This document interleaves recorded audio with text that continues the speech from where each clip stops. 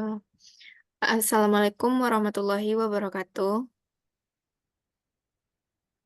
Waalaikumsalam warahmatullahi wabarakatuh. Warahmatullahi wabarakatuh. Baiklah, di sini kami dari kelompok 11 akan mempresentasikan materi mengenai regresi linear dengan menggunakan bahasa Python, di mana di sini kami beranggotakan 3 orang. Yang pertama ada Kevin Hafiz Ar-Rasyid dengan NIM 2234351. Yang kedua ada Emrizal Saputra dengan NIM 2234355. Dan yang terakhir ada saya sendiri, Manjavani Octavia dengan NIM 2234356. Untuk materi pertama, akan lebih baik kita mengetahui terlebih dahulu apa sih itu regresi linear. Di mana regresi linear itu akan dijelaskan terlebih dahulu oleh Kevin Hafiz. Kepada Kevin, disilakan. Baik, terima kasih Manja. Eh, Regresi linear adalah metode statistik yang digunakan untuk memodelkan hubungan antara variabel dependen atau terikat dan satu atau lebih variabel independen bebas. Dalam regresi linear sederhana, kita hanya menggunakan satu variabel independen untuk memprediksi variabel dependen. Sedangkan regresi linear berganda melibatkan lebih dari satu variabel independen. Model regresi linear yaitu model sederhana yang dapat dinyatakan dengan persamaan Y sama dengan B0 tambah B1X tambah E, di mana Y adalah variabel dependen, X adalah variabel independen, B0 adalah intercap atau titik potong di sumbu Y. B1 adalah koefisien regresi yang menunjukkan pengaruh perubahan X terhadap Y. E adalah error term atau residual yang menangkap variabel lain yang mempengaruhi Y terhadap tidak dimasukkan dalam model.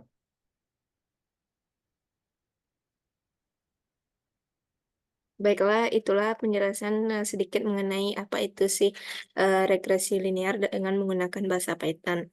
Selanjutnya itu melakukan percobaan mengenai regresi linear ini menggunakan bahasa Python.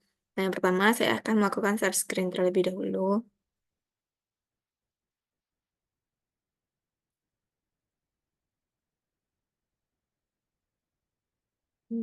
Kelihatan kan? Baik, Manja. Nah, jadi yang pertama itu kita harus menyimpan file presentasi kinerja karyawan.csv di dokumen terlebih dahulu atau di OneDrive. Nah, yang penting penyimpanannya itu jelas. Kalau di sini kami menyimpannya di OneDrive, lokasinya di dokumen, yaitu dengan penamaan filenya presentasi kinerja karyawan. Untuk melakukan percobaan programnya bisa diklik New, lalu Python 3 ini. Tapi untuk membuka Jupyter Notebook ini, pertama itu kita buka Anaconda Prompt dulu, lalu ketikkan Jupyter Notebook, maka ini itu langsung tampil gitu loh. Selanjutnya yang untuk percobaan, nah, di sini di baris program ini ada import pandas, import numpy, import seaborn, import matplotlib, dan import mat, di mana import pandas ini digunakan untuk manipulasi data, kalau numpy untuk operasi numerik, seaborn untuk visualisasi data atau tampilan grafiknya nanti, sedangkan matplotlib itu untuk plotting dan mat untuk fungsi matematika. Kalau yang baris untuk mengaktifkan plotting inline itu digunakan untuk menampilkan plot secara inline di notebook Jupyter-nya. Kalau yang general underscore data itu maksudnya adalah dia itu akan membaca data dari file CSV presentasi kinerja karyawan dengan menggunakan delimiter titik koma dan menyimpannya dalam variabel general data. Penggunaan delimiter ini agar memisahkan jam dan persentase itu tanpa penggunaan titik koma. Lalu kita bisa memanggil atau menampilkan 5 baris pertama dari data tersebut dengan menggunakan general data.head dan menampilkan 5 buah data. Untuk lebih jelasnya, kita run program ini terlebih dahulu.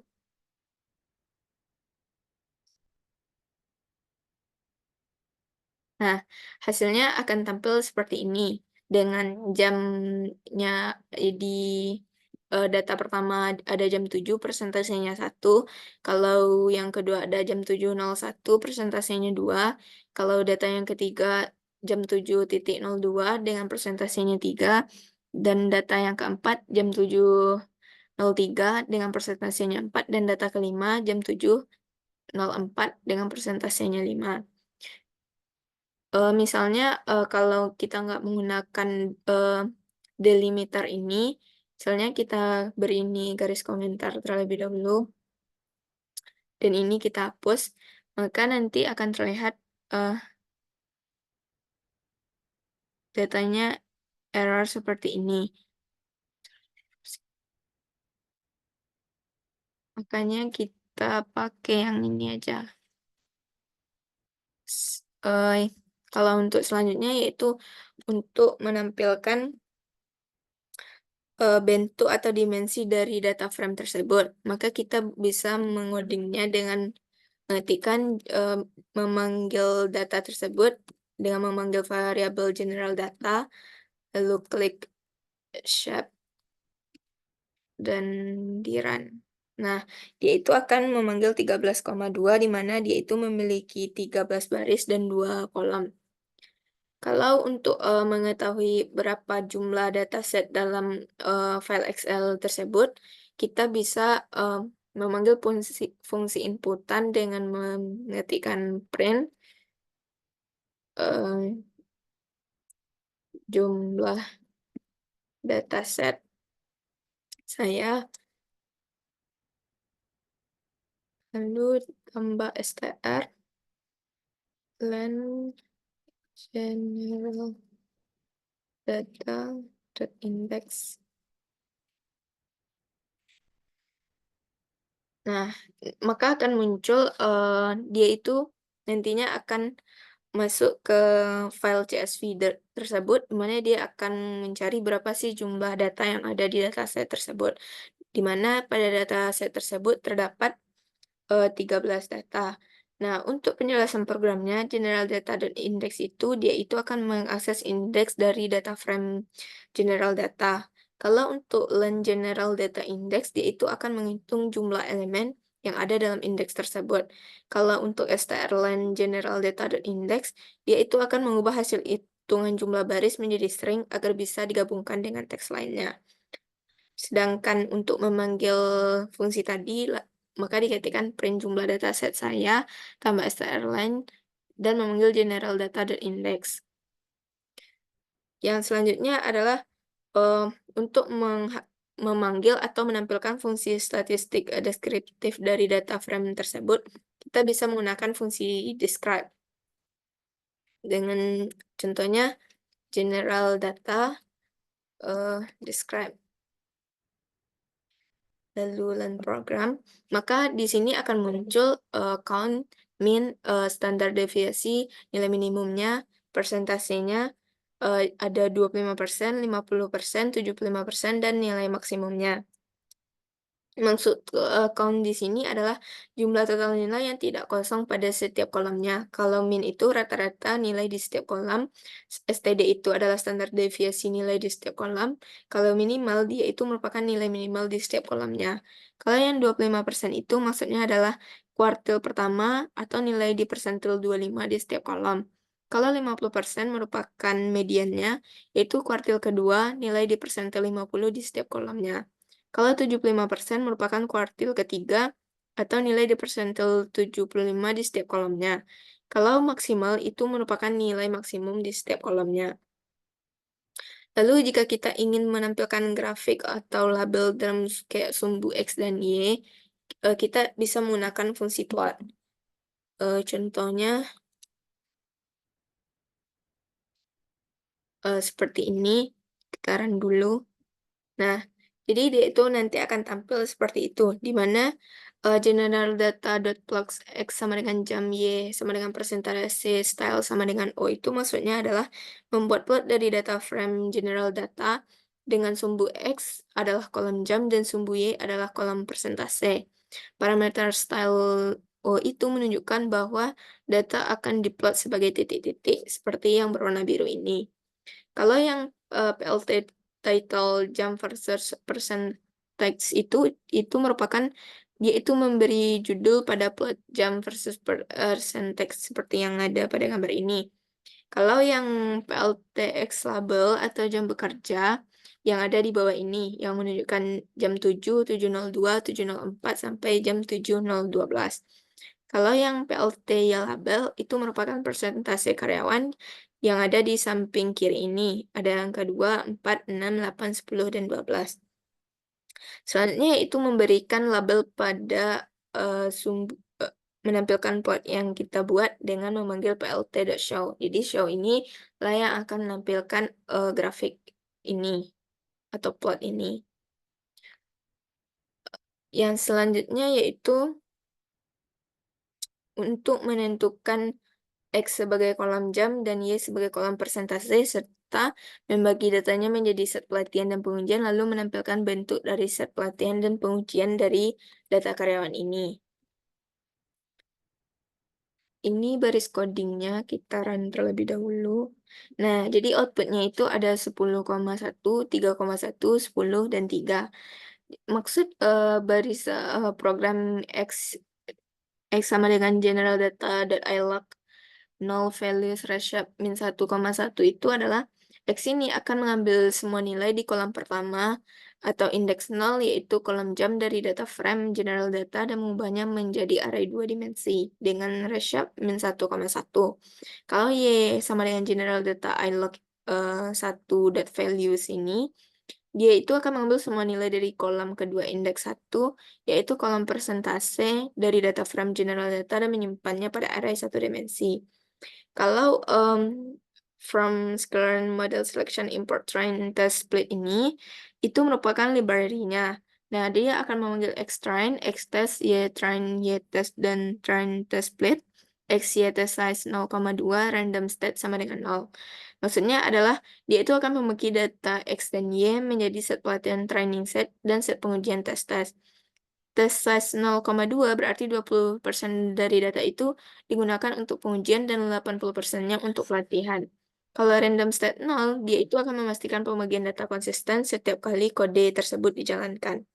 Nah, jadi yang kita ketikkan di library itu akan dipanggil menggunakan fungsi print. Maka akan ditampilkan bentuk shape dari set pelatihan dan pengujian tersebut dengan outputnya 10, 1, 3, 1, 10, dan 3. Maksud 10.1 adalah dia itu menampilkan xtrain di mana dia itu memiliki 10 baris dan 1 kolom. Kalau xtest yang 3.1 dia itu berarti 3 baris 1 kolom. Kalau ytrain yang 10 itu dia itu memiliki 10 elemen atau 1 dimensi array. Kalau yang 3 berarti itu ytest dia itu memiliki 3 elemen 1 dimensi array. Yang selanjutnya yaitu adalah untuk mengimpor kelas linear regression dari library scikit-learn yang digunakan untuk membuat model regresi linear. Nah, baris keduanya itu dia itu memiliki variable regressor di mana dia itu akan memanggil fungsi linear regression. Lalu regressor itu akan menggunakan fungsi fit yang mana dia itu nanti bisa menunjukkan xtrain dan ytrain-nya. Kita run. Nah, jadi dia itu bisa bertampil seperti ini, di mana kita pencet, dia akan hilang, dan pencet lagi, dia akan memunculkan fungsi linear regression-nya. Selanjutnya yaitu untuk menampilkan nilai intercept dari model regresi linear yang telah dilatih, kita menggunakan fungsi intercept, di mana intercept ini adalah nilai di mana regresi memotong sumbu Y, nilai Y ketika X itu sama dengan 0. Codingannya kita panggil aja menggunakan print regressor intercept underscore kurung.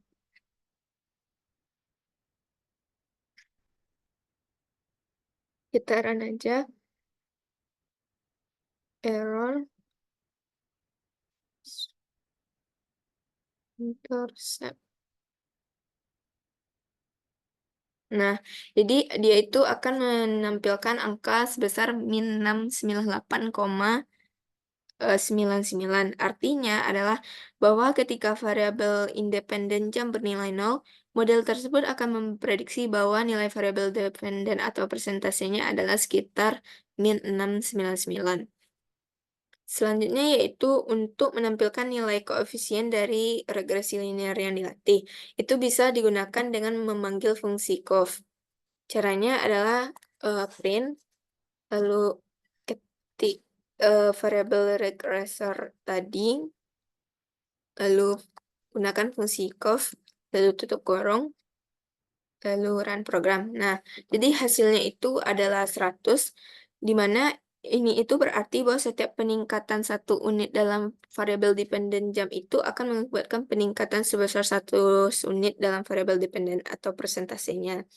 Jadi, koefisien regresi ini menunjukkan bahwa adanya hubungan positif antara jam dan persentase, di mana persentase meningkat sebesar 100 untuk setiap tambahan 1 jam bekerja. Yang selanjutnya adalah untuk menampilkan nilai, terpercaya atau nilai, eee, prediksi pada data karyawan tersebut. Nah, di sini, sekarang tampil nilai aktual dan nilai prediksinya, di mana, model sama dengan linear, regression itu adalah membuat instan dari kelas linear regression dan menyimpannya dalam variabel model. Lalu model fit xtrain ytrain ini adalah variabel independen dan variabel dependen, di mana metode fit ini akan menyesuaikan model dengan data pelatihan tersebut. Kalau model predik X-test, ia akan menggunakan model yang telah dilatih untuk memprediksi nilai variabel dependen Y berdasarkan pengujian X-test-nya. Hasil prediksi ini akan disimpan dalam variabel YPRED. Selanjutnya itu memanggil atau membuat data frame DF yang berisi 2 kolam aktual yang berisi nilai sebenarnya Y-test dan predicted yang berisi nilai prediksi YPRED. Selanjutnya adalah dengan mencetak nilai DF tadi dengan memanggil fungsi print DF.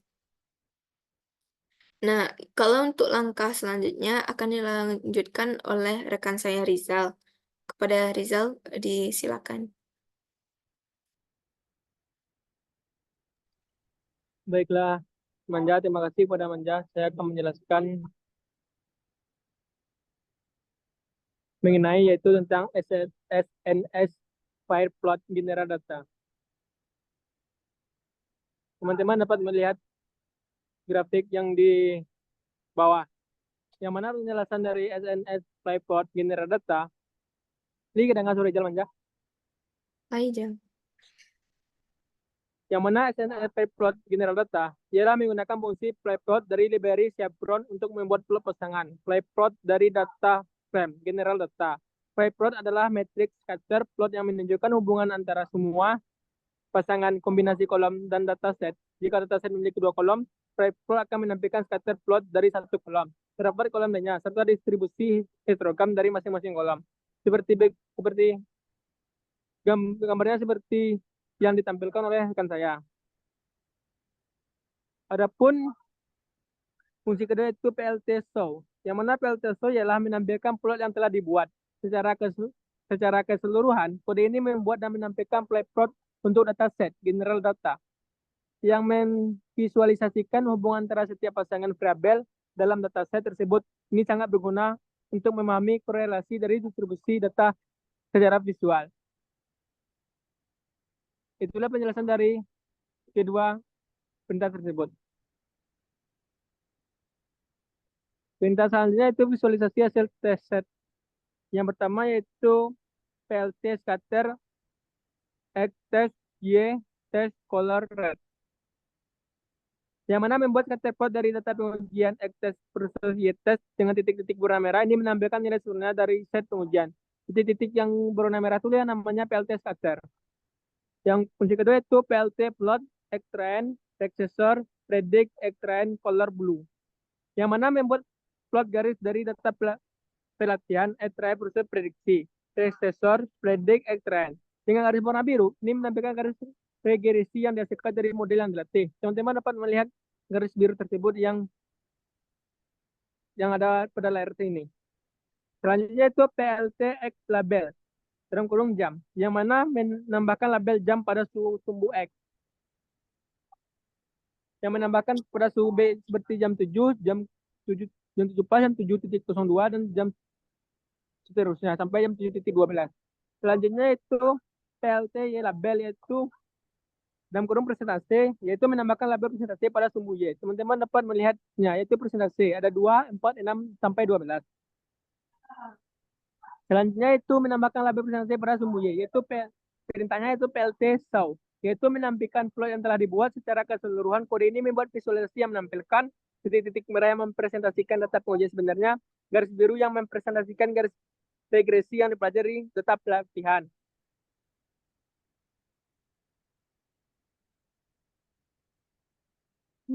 Lanjut manja. Oh, Yang untuk visualisasi hasil training. Oh, tarik. Oke, oh, baik manja. Selanjutnya itu visualisasi hasil training set. Perintah pertama itu PLT scatter X trend, Y trend, color red. Yang mana perintahnya itu membuat scatter plot dari data pelatihan trend versus Y trend dengan titik-titik warna merah. Ini menampilkan nilai sebenarnya dari set pelatihan. Teman-teman dapat melihatnya itu dari layar ini. Selanjutnya itu perintah LT plot X trend, regressor, predict X trend, color blue. Yaitu membuat plot garis dari data pelatihan X trend versus prediksi, regressor, yaitu predict X trend. Dengan garis berwarna biru ini menampilkan garis regresi yang dihasilkan dari model yang dilatih. Perintah yang selanjutnya itu PLT X label dalam kurung jam, itu menambahkan label jam pada sumbu X. Kemudian PLT Y label, yaitu yang dalam kurung presentasi itu menambahkan label presentasi pada sumbu Y. Yang ketiga itu menambahkan label yang selanjutnya itu PLT show, yaitu menampilkan plot yang telah dibuat.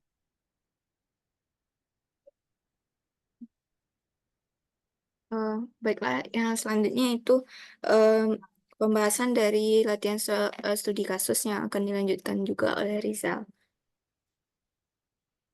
Baik manja. Codingannya lah muncul ya. Ada manja. Baik teman, yaitu codingan yang saya akan jelaskan itu yang codingan import Panda SPD from Square linear model import linear regression and import metroplate pyplot SPLT. Yang mana penjelasan ini adalah mengimport library yang diperlukan Pandas untuk manipulasi data linear regression dari kit layer untuk mode regresi linear dan matplotlib pyplot untuk visualisasi. Kemudian codingan yaitu kemudian selanjutnya itu membuat data set dari data yang diberikan. Data itu hari sama dengan Senin, Selasa, Rabu, Kamis, Jumat, Sabtu, dan jumlah karyawan 10, 12, 14, 16, sampai 19.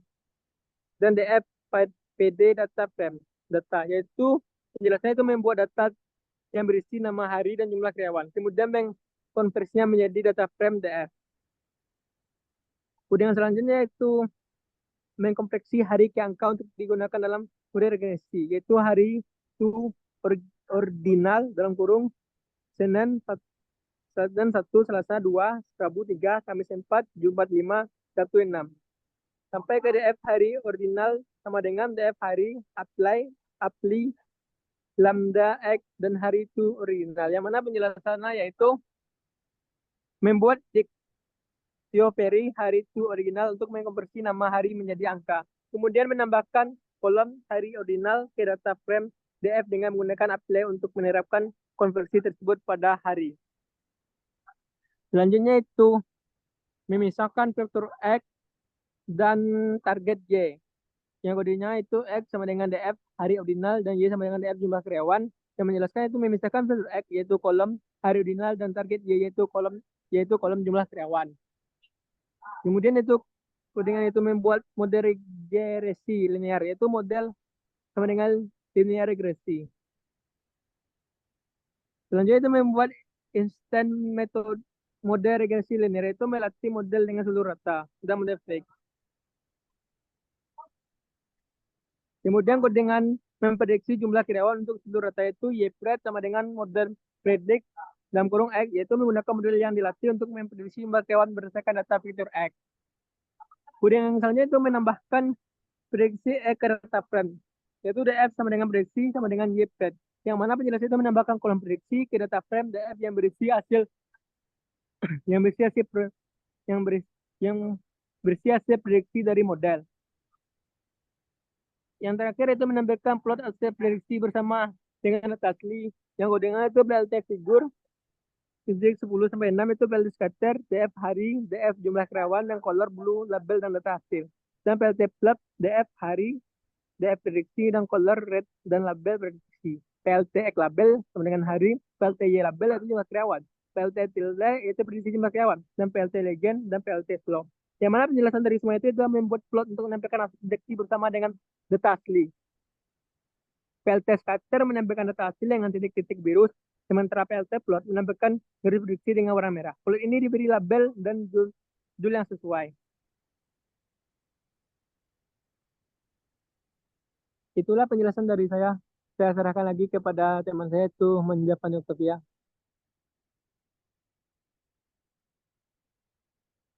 Nah, jadi itulah percobaan dan latihan studi kasus dari kelompok kami mengenai regresi linear. Nah, untuk merangkum segala hal yang dijelaskan tadi akan disampaikan oleh Kevin. Nah, kepada Kevin, disilakan. Baik, terima kasih Manja. Setelah melakukan percobaan regresi linear dengan dataset yang berisi jumlah karyawan berdasarkan hari dalam seminggu, kita dapat menarik beberapa kesimpulan, yaitu yang pertama, hubungan linear. Itu model regresi linear menunjukkan adanya hubungan linear antara hari dalam minggu atau dikonversi ke angka dan jumlah karyawan. Ini ditunjukkan oleh garis regresi yang telah diprediksi dan diplot bersama dengan data asli. Yang kedua yaitu kemampuan prediksi model. Yaitu model berhasil memprediksi tren jumlah karyawan dengan cukup baik mengikuti pola linear dari data pelatihan. Garis prediksi merah menunjukkan kecocokan yang cukup baik dengan data asli atau titik biru. Yang ketiga yaitu visualisasi dan interpretasi. Itu plot hasil regresi menunjukkan bahwa jumlah karyawan cenderung meningkat dari Senin hingga Sabtu. Ini bisa diinterpretasikan bahwa lebih banyak karyawan yang hadir mendekati akhir pekan. Yang keempat itu simplicity atau utility. Itu regresi linear sederhana cukup efektif dalam memahami dan memprediksi hubungan antara variabel independen atau hari dan variabel dependen atau jumlah karyawan. Meskipun dataset ini kecil dan sederhana, regresi linear memberikan wawasan yang jelas tentang tren yang ada. Oh, yang kelima yaitu potensi keterbatasan. Hasil regresi linear ini sangat bergantung pada asumsi bahwa hubungan antara variabel adalah linear. Jika data nyata memiliki hubungan non-linear atau lebih, terdapat variabel lain mempengaruhi jumlah karyawan. Model ini memungkinkan tidak cukup akurat. Yang keenam itu langkah selanjutnya, yang yaitu untuk meningkatkan akurasi dan validitas model dapat dilakukan pengumpulan data tambahan, termasuk variabel lain yang mungkin mempengaruhi jumlah karyawan, misal kondisi cuaca, acara khusus, dan lain-lain. Kesimpulannya yang dapat kita ambil yaitu regresi linear sederhana adalah alat yang berguna untuk memahami dan memprediksi tren data. Namun, selalu penting untuk mempertimbangkan kompleksitas data dan kemungkinan variabel lain yang berpengaruh untuk analisis yang lebih mendalam. Baik, Menja. Sekian dari saya. Baiklah, jadi itulah yang dapat kami sampaikan dari kelompok 11. Atas kekurangannya kami mohon maaf. Kami sudahi dengan wabillahi taufiq wal hidayah. Wassalamualaikum warahmatullahi wabarakatuh.